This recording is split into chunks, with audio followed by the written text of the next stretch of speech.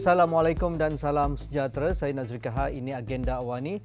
Selesai sudah sesi Parlimen ke-15 yang berlangsung hampir sebulan lebih ini, dan kita melihat kualiti perbahasan ada yang baik, ada yang kurang bermutu, ada yang tidak bersedia langsung, ada yang culas untuk hadir ke Parlimen dan seumpamanya. Antara perkara penting yang berlaku sepanjang sesi kali ini adalah ini merupakan sesi Parlimen ke-15 bagi Perdana Menteri ke-10 untuk membentangkan bajet ataupun belanjawan 2023, kerana belanjawan 2023 sudah pun dibentangkan oleh Menteri Kewangan yang lalu pada pentadbiran yang lalu, dan selepas itu pembubaran Parlimen untuk memberikan laluan kepada Pilihan Raya Umum ke-15.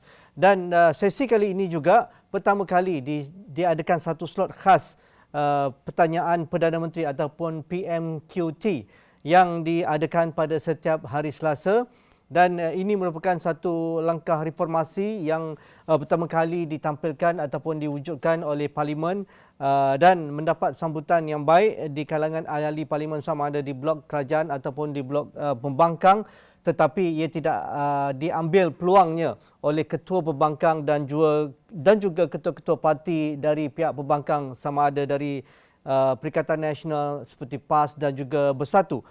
Dan juga pada sesi kali ini juga ada satu sesi khas ataupun sesi kamar khas yang ditambah oleh pihak speaker untuk memberikan laluan ataupun ruang kepada ahli-ahli Parlimen untuk mengemudi beberapa usul ataupun beberapa isu berkaitan dengan sesi Parlimen kali ini, dan mereka diberikan giliran untuk menjadi pengerusi dalam sesi kamar khas ini.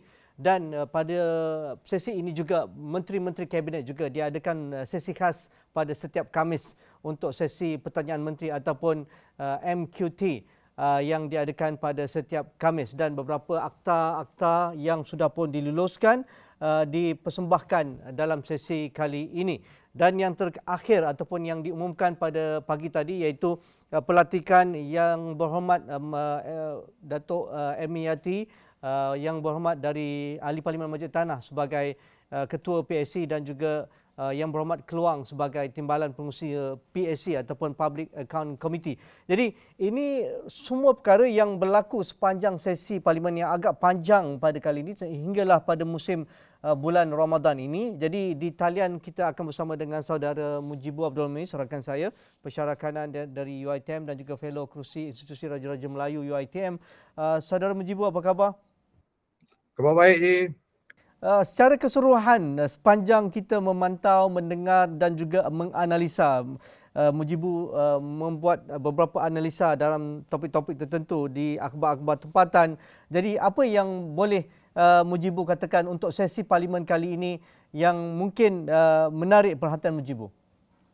Ya, sudah tentu kalau kita memerhatikan pembaharuan-pembaharuan dan pendekatan yang dilakukan oleh kerajaan bagi memastikan bukan saja perbahasan itu kualitinya meningkat, tapi juga yang penting adalah ruang dan akses yang serupa dan sepunya kepada semua ahli Parlimen itu untuk membahaskan usul-usul dan juga mengambil peluang untuk sama-sama berbincang dan berbahas terhadap apa juga isu yang timbul. Ini saya rasa menjadi perhatian menarik apabila kita melihat antara pendekatan yang penting itu adalah memberikan ruang kepada semua orang untuk bertanyakan kepada Perdana Menteri dalam sesi pertanyaan kepada Perdana Menteri ataupun PMQT itu tadi, dan juga setiap hari Khamis setiap menteri boleh ditanya oleh ahli Parlimen tentang apa juga yang berlaku dalam perbahasan di peringkat kementerian. Maka ini pendekatan yang begitu baik yang sepatutnya sudah diamalkan sejak lama kerana parlimen-parlimen di barat telah pun mengamalkan sesi yang demikian, dan ini menjadi satu ruang, dan saya melihat barangkali perlu dipertingkatkan ruang ini, memandangkan ada kritikan bahawa sesi pertanyaan terhadap Perdana Menteri itu hanya khusus kepada mereka yang namanya disebut oleh ahli Parlimen, disebut oleh yang di-Pertua Dewan saja, memandangkan kalau amalan di negara-negara maju selalunya ruang ini memberi peluang kepada ketua pembangkang dan juga ketua-ketua parti, malah ada sesi khusus di mana ia menjadi seolah-olah perdebatan terbuka di antara ketua pembangkang dan juga Perdana Menteri dalam sesi itu. Cuma mungkin dalam konteks kita ia masih baru dilaksanakan, dan paling pentinglah saya rasa semua orang tertanya-tanya ke mana ketua pembangkang dan ketua-ketua parti yang berada di sebelah pembangkang itu ketika sesi ini berlangsung, memandangkan ini menjadi isu yang menyentuh kepentingan semua pihak dan umum bertanya tentang ke mana mereka, kehadiran mereka, kerana ini barangkali menjadi satu perdebatan umum, memandangkan mereka dikatakan ponteng telah 7 kali sesi ini diadakan, dan juga sudah tentulah kita sebagai rakyat mahu melihat kualiti perdebatan yang cuba diajukan oleh ketua pembangkang itu, bagi memastikan kita benar-benar melihat jumlah pembangkang yang besar pada ketika ini mampu untuk mengimbangi dan yang paling penting membawa suara rakyat dalam memainkan peranan mereka sebagai pihak yang melakukan semak dan imbang kepada kerajaan. Jadi perkara-perkara ini mungkin menjadi menarik perhatian kita sebagai pemerhati dan juga menarik perhatian umum yang mahu melihat ada perubahan yang substantif dalam perjalanan perbahasan di Parlimen, Haji. Ya, kredit ataupun pujian perlu diberikan kepada Perdana Menteri kerana bersedia, rela untuk melakukan sesi ini setiap hari Selasa. PMQT dan juga pihak speaker juga mewujudkan ini buat pertama kali. Tetapi gelanggang sudah pun dibuka, ruang sudah pun diberi, dan sepatutnya pihak ketua pembangkang mengambil ruang ini seperti mana Mujibu katakan tadi. Tetapi ia tidak berlaku sepanjang 7 kali sesi yang dihadiri oleh Perdana Menteri. Apa komen Mujibu? Ya, ini sangat mengecewakan. Saya bersetuju bahawa gelanggang yang telah diberi ini, ruang yang telah dibuka itu perlu dimanfaatkan, memandangkan dalam sesi perbahasan pada kali ini ia melibatkan satu sesi yang panjang, ya, apatah lagi kita telah pun melihat bagaimana pembentangan belanjawan. Ya. Dalam keadaan kita mahu menyaksikan apakah belanjawan itu mampu untuk memberikan semacam regenerasi ekonomi, memandangkan mereka-mereka yang berada di kalangan pembangkang itu pernah berada di dalam kerajaan, pernah menjadi menteri-menteri, dan ada yang menjadi Perdana Menteri dan Menteri Kanan dalam pentadbiran dahulu. Jadi saya rasa semua mahu menyaksikan perdebatan terbuka dalam perbahasan yang menyentuh tentang belanjawan, dan sudah tentu juga kita mahu melihat apakah kemasukan dan juga input-input yang datang daripada pembangkang itu benar-benar bernas dan mampu untuk menjadikan apa yang telah dicanai oleh kerajaan dalam membentangkan belanjawan itu boleh dikembangkan, dan sudah tentu kita mahu sebagai rakyat kedua-dua pihak ini berjaya menghasilkan sesuatu yang tuntas bagi memastikan kita boleh move forward, dan sudah tentu kemakmuran ekonomi yang kita dambakan selepas di badai COVID-19 ini benar-benar berlaku, memandangkan isu-isu ekonomi masih lagi menjadi isu terpenting dalam setiap perdebatan. Maka sudah tentu input kedua-dua pihak itu berlaku, dan dengan adanya ruang sebegini kita mahu melihat ianya dimanfaatkan sepenuhnya. Ya, kita lihat bagaimana perbahasan ketika pertanyaan menteri, ya, telah banyak merungkai isu-isu yang penting untuk diketahui, sebagai contoh isu-isu yang berkaitan dengan IDIME, ya, di kalangan para guru dan Kementerian Pendidikan contohnya, ya, bagaimana tentang kualiti pengangkutan awam. Jadi sudah tentu bila ruang diberikan kepada Perdana Menteri, maka perlu diambil ruang oleh itu, dan sudah tentulah sebagai seorang Perdana Menteri taraf untuk berdebat dengan itu, kita mahu melihat ia berlaku di antara ketua pembangkang, atau setidak-tidaknya pertanyaan-pertanyaan itu datang daripada ketua-ketua parti yang duduk di sebelah pembangkang. Namun seperti mana yang kita ketahui, ini tidak berlaku. Barangkali dalam sesi perbahasan akan datang, speaker mungkin boleh menguatkuasakan apa juga yang ada di dalam peraturan mesyuarat untuk memastikan bukan saja permasalahan ponteng di kalangan ahli parlimen ini boleh diselesaikan, tapi juga, Haji, yang paling penting, ya, kita mahu ada barangkali satu ruang khusus di dalam PMQT itu diberikan kepada ketua pembangkang dan juga ketua-ketua parti, ataupun mendahulukan, memberi prioriti kepada mereka untuk perdebatan Perdana Menteri, bagi memastikan semua pihak benar-benar puas hati dan ruang itu berjaya digunakan sepenuhnya bagi memastikan adanya perdebatan berkualiti, terutamanya daripada dua pihak yang kita anggap setara di parlimen ini. Ya, Dari komen yang diberikan oleh Wan Saiful Wanjal di Parlimen Tasik Glugo, beliau merasakan tidak ada masalah ketika pemimpin utama Perikatan Nasional tidak hadir ke Parlimen dan tidak mengajukan soalan dalam sesi PMQT kerana itu bukan isunya. Tetapi beliau merujuk mengapa tidak kita ambil contoh-contoh di Westminster misalnya, apabila ketua kerajaan ataupun Perdana Menteri berhujah dan akan terus disusuli selama 10 ke 15 minit oleh ketua pembangkang. Jadi di situ sudah ada komen yang tidak selari daripada apa yang dimahukan oleh beliau, dan beliau mengatakan hanya beberapa soalan susulan saja diberikan kepada ahli parlimen yang sudah pun menetapkan soalan kepada PMQT pada setiap Selasa itu. Jadi di mana yang sepatutnya untuk sesi akan datang, mungkin speaker boleh menetapkan wajib ketua pembangkang berdebat dengan ketua kerajaan di parlimen dalam sesi PMQT? Ya, kalau kita mengambil kepada amalan-amalan seperti mana yang berlaku di United Kingdom, di Canada, di Australia aja ya, memang itu barangkali kita kata secara prerogatif saja untuk dijadikan wajib kepada pembangkang untuk bertanyakan soalan ya. Walau bagaimanapun saya tidak melihat ini sebagai satu masalah dan terpulang pada speaker sama ada mahu mewajibkan atau tidak. Tetapi sekurang-kurangnya mungkin kita harus meletakkan prioriti bahawa sesi perdebatan ataupun PMQ time itu diberikan prioriti kepada ketua pembangkang ataupun ketua-ketua parti, memandangkan ini mungkin menjadi medan yang terbaik untuk kedua-dua pihak itu berhujah dan memberikan pandangan serta perspektif masing-masing dalam setiap perbahasan. Namun persoalan yang utama adalah barangkali kita harus melihat ini dalam konteks ketidakhadiran itu sendiri ya.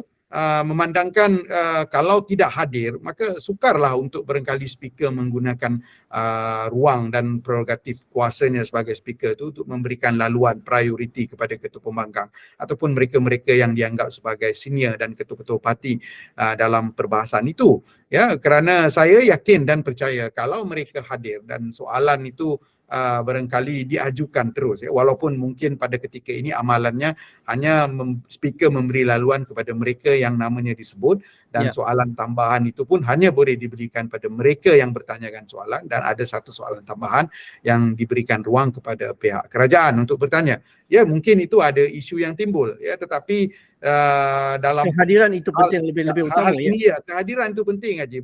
Bagi saya kalau soalan daripada ketua pembangkang ataupun ketua-ketua parti yang duduk di kerusi pembangkang itu, speaker mungkin boleh memberi laluan, dan ini sudah tentu akan menjadikan sesi perbahasan itu lebih menarik berbanding pada sekarang itu hanya Perdana Menteri terpaksa menjawab soalan-soalan yang saya rasa untuk tahap Perdana Menteri itu mungkin tidak berapalah sesuai ditanyakan. Kali ini boleh dibahas dan dikupas di peringkat kementerian saja.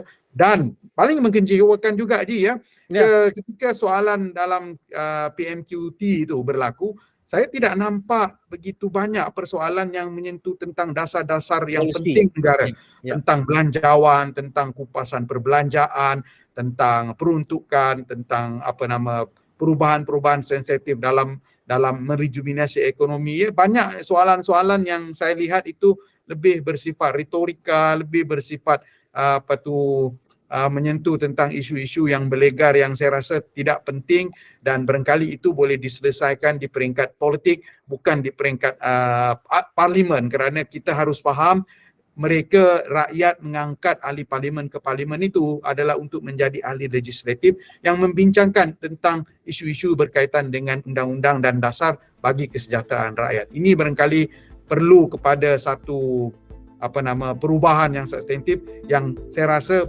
tidak boleh dilakukan di peringkat parlimen, tapi perlu berlaku di peringkat parti politik itu sendiri, kerana jelas kita masih lagi terperangkap dalam kerangka perbincangan yang tidak boleh membezakan di antara peranan ahli politik dan juga mereka sebagai pembuat dasar di dalam Dewan Tertinggi negara.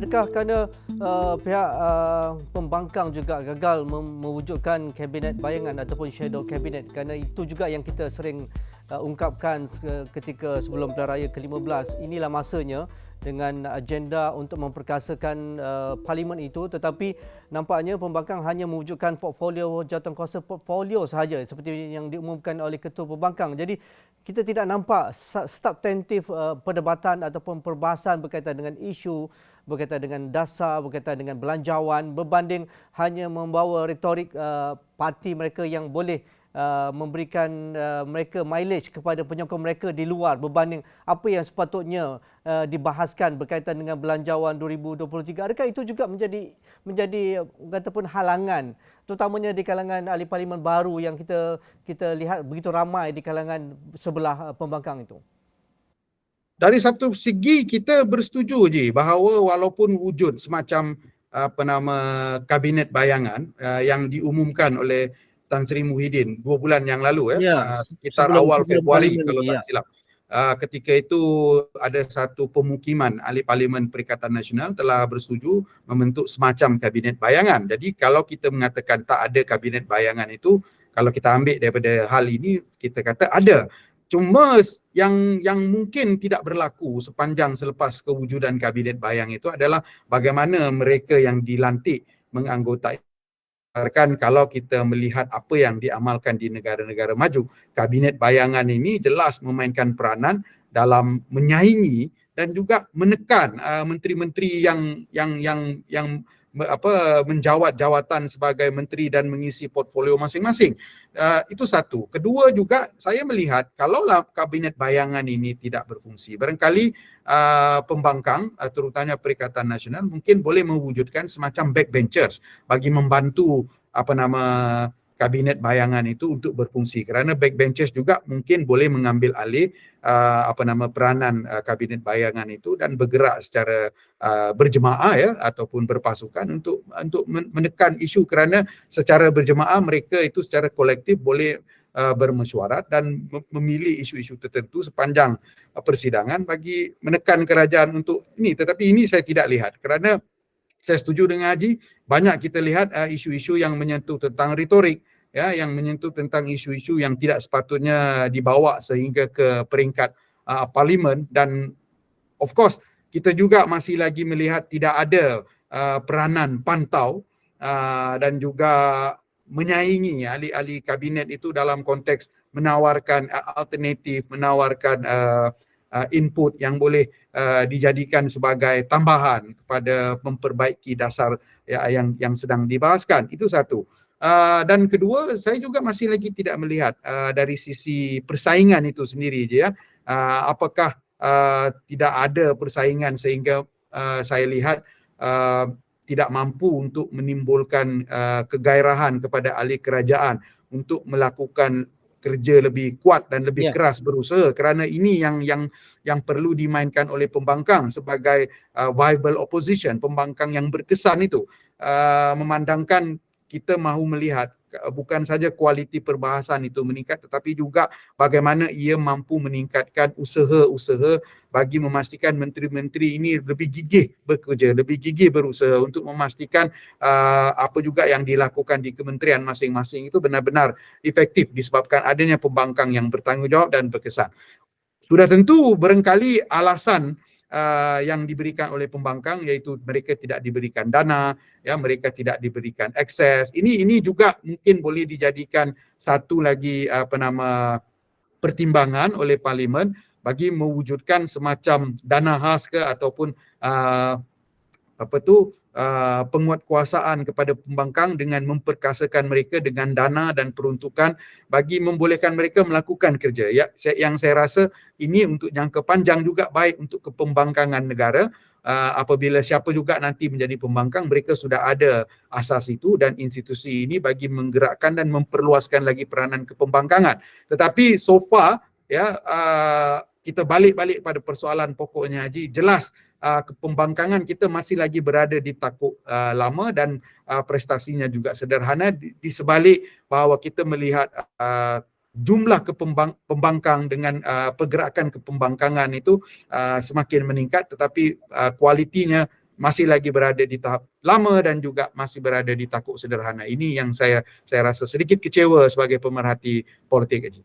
Ya, banyak isu yang sepatutnya boleh diangkat, terutamanya isu berkaitan dengan kos sara hidup, isu berkaitan dengan peningkatan kos menunaikan haji. Kalau isu berkaitan dengan pengangkutan awam, kita tahu akhir-akhir ini begitu banyak masalah yang berlaku dalam sistem mass rapid transit ataupun light rapid transit LRT kita di Kuala Lumpur, ataupun isu kesesakan di Kuala Lumpur dan juga bandar-bandar utama, dan belanjawan memberikan tumpuan khas hal ini, tetapi perinciannya tidak diangkat, dibahaskan oleh pihak ahli-ahli parlimen, sama ada di backbenchers ataupun di peringkat pembangkang. Jadi adakah ini sesuatu yang tidak glamour, tidak akan mendapat like yang banyak di TikTok ataupun di social media ahli-ahli parlimen mereka, berbanding hujah ataupun data yang mereka boleh lontarkan kepada menteri berkenaan, Mujib? Ya, barangkali ada dua aspek yang boleh dibaca dalam perkara tersebut aja ya. Satu, sudah tentulah kita melihat dengan pilihan raya negeri, 6 pilihan raya negeri yang sudah pun menghampiri horizon parti masing-masing. Maka dengan momentum populis yang berlaku ketika PRU 15 itu masih lagi terasa, maka ini perlu diteruskan. Justru itu selektif isu yang diberikan oleh pembangkang, kalau dilihat seolah-olah ditune ataupun ditala bagi memastikan ianya masih lagi senada ataupun masih lagi berada dalam wavelength yang sama, memandangkan pilihan raya negeri itu berkait rapat dengan dua perkara yang saya satu, untuk memperlihatkan bahawa gelombang yang berlaku dalam konteks pengundi Melayu itu sebenarnya adalah gelombang yang berlaku secara kekal, bukannya kerana perubahan semasa dan sudah tentu bukan juga kerana kemerosotan keyakinan pengundi Melayu terhadap parti-parti Melayu dan juga parti-parti established lantas menjadikan Perikatan Nasional sebagai alternatif ketika itu. Dan kedua, sudah tentulah ini berkait rapat dengan semacam pilihan raya pertengahan penggal yang mengesahkan ataupun memberikan semacam keabsahan kepada kepimpinan Pakatan Harapan, yang sudah tentu kalau ini berjaya di tune down oleh pembangkang, maka kredit kepada mereka untuk hal ini yang membolehkan kerajaan campuran pada ketika ini, perpaduan pada ketika ini, mengorak langkah baru dan sudah tentu akan memberi impak kepada pilihan raya umum yang ke-16. Tapi dalam masa yang sama juga, kalau Pakatan Harapan mampu memenangi ini, sudah tentu dia akan memberi perubahan yang ketara kepada pembangkang. Jadi mungkin kalau berlaku sebaliknya, Pakatan Harapan mampu mencatatkan keputusan yang baik dalam pilihan raya negeri, apakah kita akan menyaksikan pembangkang kembali untuk menjadi pembangkang yang efektif, keluar daripada zon selesa dan cuba berubah untuk menjadi lebih substantif dalam perjuangan kepembangkangan mereka dengan mengemukakan idea dan isu. Ini mungkin antara perspektif yang boleh dipandang daripada apa yang telah ditimbulkan oleh Haji sebentar tadi. Memandangkan kita harus melihat apa juga perbincangan dalam ketika ini, dia tidak lari daripada kerangka untuk dibawa kepada pilihan raya umum yang pilihan raya negeri yang akan datang aja ya. Memandangkan parlimen hanya akan bersidang pada 22 Mei, itu pun tidak lama ya, tidak sampai sebulan ya, sekitar dalam beberapa belas hari saja. Sudah tentu pada jangkaan itu kita akan melihat mungkin akan berlaku pilihan raya negeri, maka isu-isu yang berkaitan dengan Melayu, Islam, populis yang menyentuh touch spot yang specifically mencari pengundi Melayu ini memang akan menjadi sesuatu yang dekat dengan Perikatan Nasional. Namun secara umum je ya, saya masih lagi rasa kecewa dan terkilan lah, kerana dalam konteks ini walaupun kita membenarkan semua pihak untuk berpolitik, tetapi asas-asas bernegara dan juga institusi-institusi negara yang sepatutnya digunakan bagi mencanai dan menjana apa juga pendekatan, apa juga pemikiran, apa juga pandangan alternatif yang mampu untuk menyuburkan dasar yang mampu untuk datang dengan penyelesaian yang tuntas, yang membawa kepada kemajuan dan juga kemakmuran negara, itu tidak digunakan pada ketika ini. Dan saya menyeru kepada semua pihak ya, agar cuba untuk membuang stigma sebagai ahli parlimen itu daripada konteks kepartian, tetapi datanglah daripada konteks kenegaraan yang melihat mereka itu sebagai ahli legislatif yang mahu datang ke situ untuk memberikan yang terbaik pada semua pihak berbanding membawa bendera parti yang mana sentiasa akan melihat semua sisi itu daripada perspektif parti yang sempit. Ya, menarik. Kita boleh ulas perkara ini dalam sesi yang lain pula, Mujibu. Kita belum ulas prestasi menteri-menteri kabinet di bawah Perdana Menteri Datuk Seri Anwar Ibrahim. Apakah mereka berjaya meyakinkan rakyat dan juga kita semua dalam perbahasan di Parlimen dengan jawapan-jawapan yang diberikan. Begitu juga kepada ahli-ahli Parlimen sendiri. Adakah Mujibu melihat ada beberapa ahli Parlimen yang menyelah ataupun mereka yang memang tidak perform langsung yang mungkin boleh kita angkat dalam sesi yang lain pula. Terima kasih Mujibu Abdul Muiz, pensyarah kanan UiTM dan juga fellow Kursi Institusi Raja-Raja Melayu UiTM. Sekian sahaja bersama saya Nazrika malam ini. Assalamualaikum, kita jumpa lagi.